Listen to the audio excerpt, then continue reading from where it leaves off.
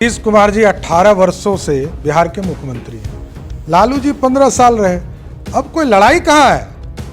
अब तो तीसरे विकल्प की तैयारी है ना। अब ये दोनों मिल गए। जितने दिन तक ये दोनों सरकार चलाएंगे, गारंटी देता हूं उतनी अधिक सीटों से भाजपा की सरकार बनेगी।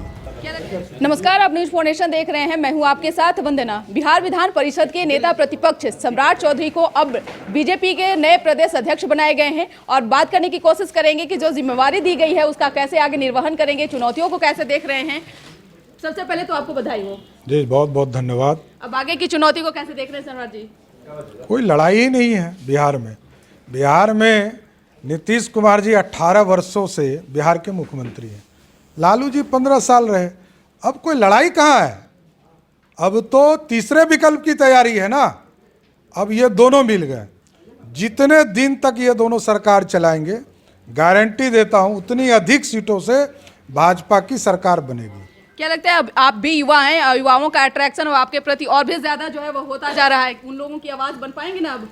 नहीं, स्वाभाविक है। नौजवान, ये देश युवा है और ये बिहार युवा है, तो बिहार के युवाओं को मुख्य धारा में लाना ये हम लोग का परम धर्म है।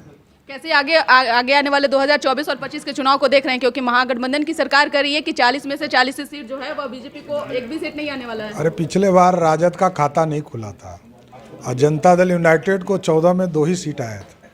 तो अपनी राजनीतिक हैसियत समझे, आगे बात करें। नीतीश कुमार और लालू प्रसाद यादव, अब उनको कैसे देख रहे हैं उन लोगों को? अरे दोनों बूढ़े हो चुके हैं, दोनों 75 वर्ष के हैं। अब दोनों गार्जियन हैं। व्यक्तिगत कोई झगड़ा तो है नहीं, राजनीतिक विचारधारा की लड़ाई और बिहार के विकास की चिंता की लड़ाई। बिहार में विकास हो, हम भाजपा के संगठन के माध्यम से इन दोनों का पोल खोलने का काम करेंगे।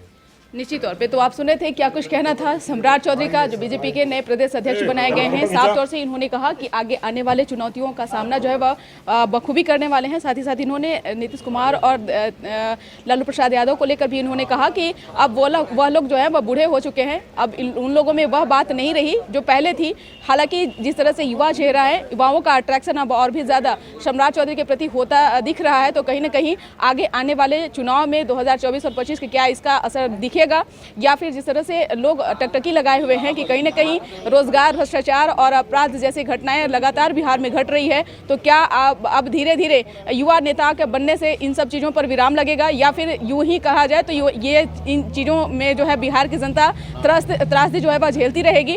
हालांकि जिस तरह से नए प्रदेश अध्यक्ष बनाए गए हैं सम्राट चौधरी, तो जाहिर सी बात है कि जो उम्मीद जनता की है तो कहीं ना कहीं उस पर वह खरे उतरेंगे। साथ ही साथ जो पार्टी की तरफ से जो नई जिम्मेदारियां दी गई है उसका भी वह निर्वहन बखूबी करने का उन्होंने दावा किया है। अब देखने वाली विषय होगी कि आगे सम्राट चौधरी का किस तरह का परफॉर्मेंस रहता है। इस खबर बस इतना ही। बने रहिए न्यूज फाउंडेशन के साथ। तब तक हमारे चैनल को सब्सक्राइब नहीं किए तो कर लीजिए। धन्यवाद।